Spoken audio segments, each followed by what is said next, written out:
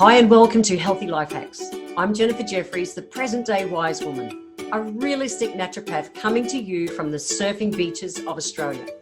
This podcast is for those who are wanting to really rock their lives and health and live from a place of prevention.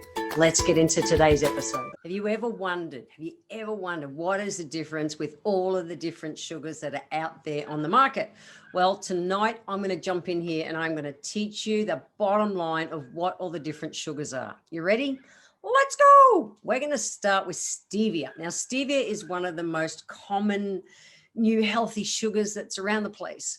And as much as it's considered safe when used as a sweetener, people love it because it's it's actually hundreds, I was going to say so many times sweeter. It's actually hundreds of times sweeter and basically has no calories. So everyone goes, wow, that's really cool. And so people class it as natural because it comes from what's called the sweet leaf plant.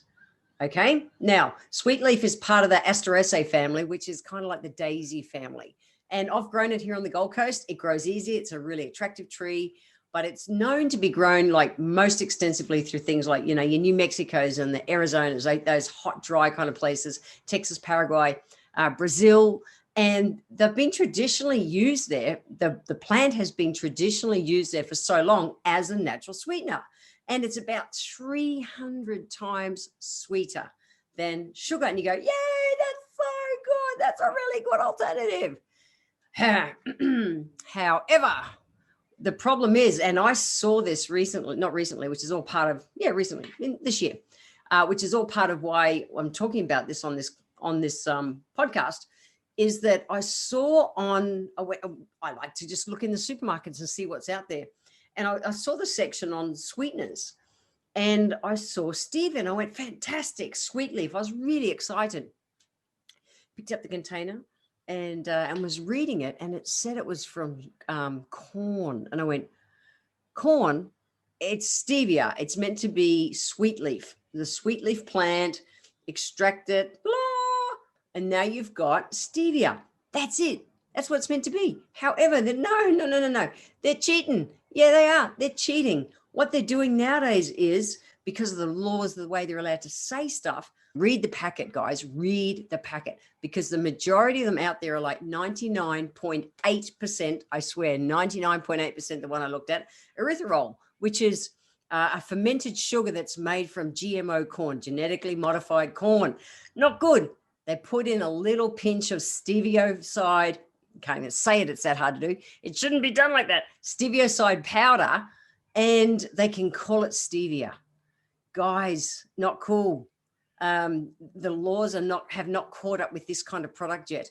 Read your packet. If you're eating stevia and it's got corn in it, toss it. Find the real stevia, which comes from the sweet leaf plant. Not cool. Way too common. Just not good. All right. So that was stevia. Let's go to xylitol. This is the one that's mostly in all your sugar, your sugar-free kind of chewing gums and all those things. And you think, yeah, it's really good. It's really popular because it doesn't spike blood sugar levels. That's really good, or insulin.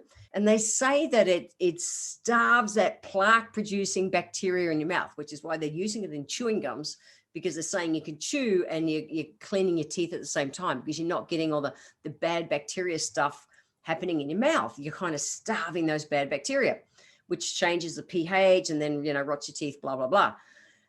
But as much as xylitol is a naturally found sugar alcohol in plants, that's really good. And in fact, in most fruit and veggies, they're being tricky again, like the stevia, they're being tricky. So what they're doing with it, as much as they're chucking it all your sugar-free lollies and sugar-free chewing gum and sugar-free mints and all those kind of things, what they're doing is they're substituting the xylitol for sorbitol. Now, sorbitol is much, much, much, much, much cheaper. And they're using that in the sugarless gums and things because they can make it in commercial products cheaper. That's the bottom line. So what's sorbitol? Oh my gosh. So sorbitol is a sweetener that's synthetically extracted from glucose. And when they do it, when they make it, it is the nastiest shit, literally shit, on your digestive system. It works as a laxative by drawing the water out of your large intestine, and it stimulates your bowel. It makes you want to poo. It's not good. So bloating and farting and cramping and all these other things. And again, there's something that they'll be going, yeah, this is so good and it won't rot your teeth and it's all wonderful and it's a good natural sugar. And then they substitute it with something else that's bloody cheaper and just screws with your body. I will not touch any sugar-free lollies or chewing gum or any of those kind of things. I just won't. It's not cool. All right, let's go to the next one. Let's talk about coconut sugar. I do a lot of time over in Thailand and they use coconut sugar in everything and it's so nice. Now, coconut sugar is really good because it's got a lower GI, a lower glycemic index than sugar. Sugar sits around 60 to 65. Coconut sugar sits around 35. Okay. And it's really cool because it doesn't spike your blood sugar levels. Really, really useful. Cool. Honey and agave syrup also have a low GI, but I'm going to talk about agave in a minute as well. That's another story, but back to this one. So coconut sugar is good because it contains healthy fats that help prevent high cholesterol and heart disease. So you think, oh, tick.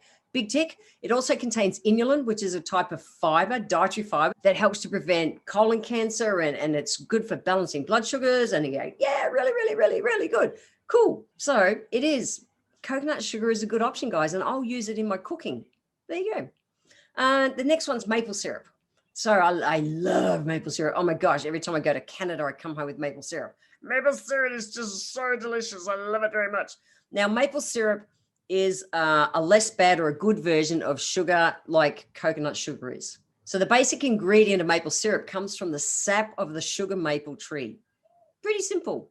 Close to nature, that's everything that we want. And it mainly consists of things like sucrose and water. That's it. So it's actually really simple. And it's about as sweet as sugar is. One of the cool benefits of maple syrup is that it contains the antioxidants and the anti-inflammatory properties like green tea, which is also known as a superfood. So maple syrup does technically come into that superfood kind of category, which is really, really, really good. So imagine it's got health benefits like green tea, red wine. It's got some of those constituents as well as blueberries. So really, really cool. Now it's still a sugar, so you need to use it in moderation. That's my only comment. I love maple syrup, but use it in moderation. Let's talk about agave. That's the next one. So agave is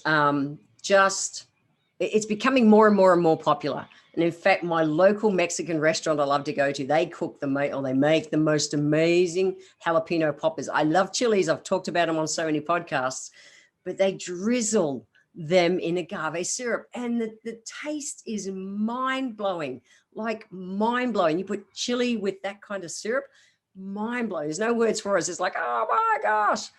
So it's one I've dug into a lot. And the bottom line is, because it just tastes so good, you got to think, how can I make this thing taste so good?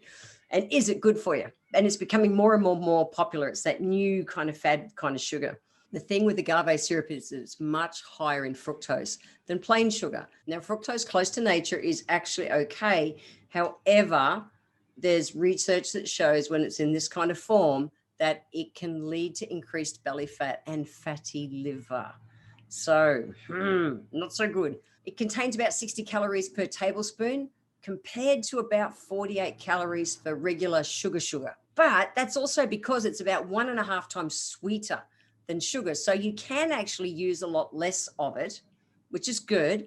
But nutritionally, if you analyze it, it's pretty similar to high fructose corn syrup, which is the crappiest sugar on the planet that they use in all your soft drinks. So it's not so cool. It's becoming really faddish and popular, but it's not cool. For me, what is the best solution? What is the best sweetener that you can grab? I think the stevia is awesome, provided it's the real stevia from the sweet leaf plant. If you're using stevia, check out that it's not from corn.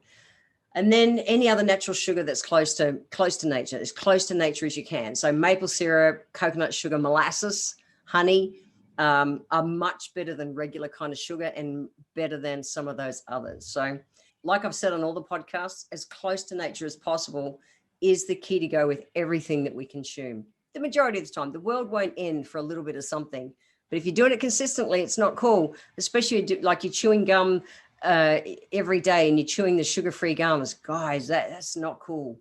So close to nature, you can still get PK chewing gum that's just got real sugar in it.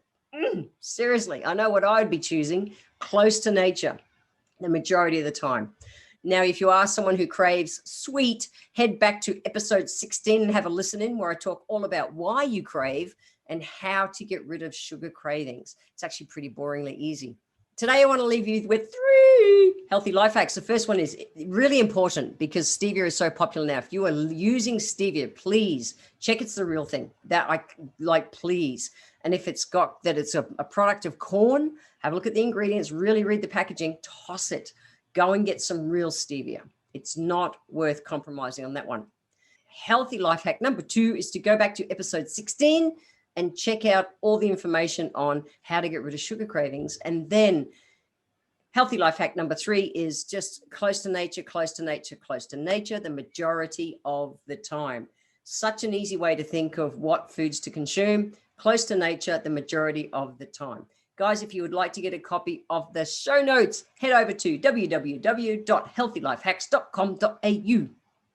And in the next episode, I'm going to be talking all about the power of yes and how I make my life of travel happen. I want to thank you for being here today. If you enjoyed my podcast, please let me know by leaving a review where you're listening in from. Every month, I draw one lucky person who leaves a review to have a free 1-hour consultation with me. If you would like to receive a free copy of my Feed Your Body ebook, simply click the link in the comments below and join my newsletter, and we will get that free ebook sent to you. I welcome your emails, and you can write to me at podcast@healthylifehacks.com.au. Until next time, remember, when it comes to life, live it, love it, and get on with it.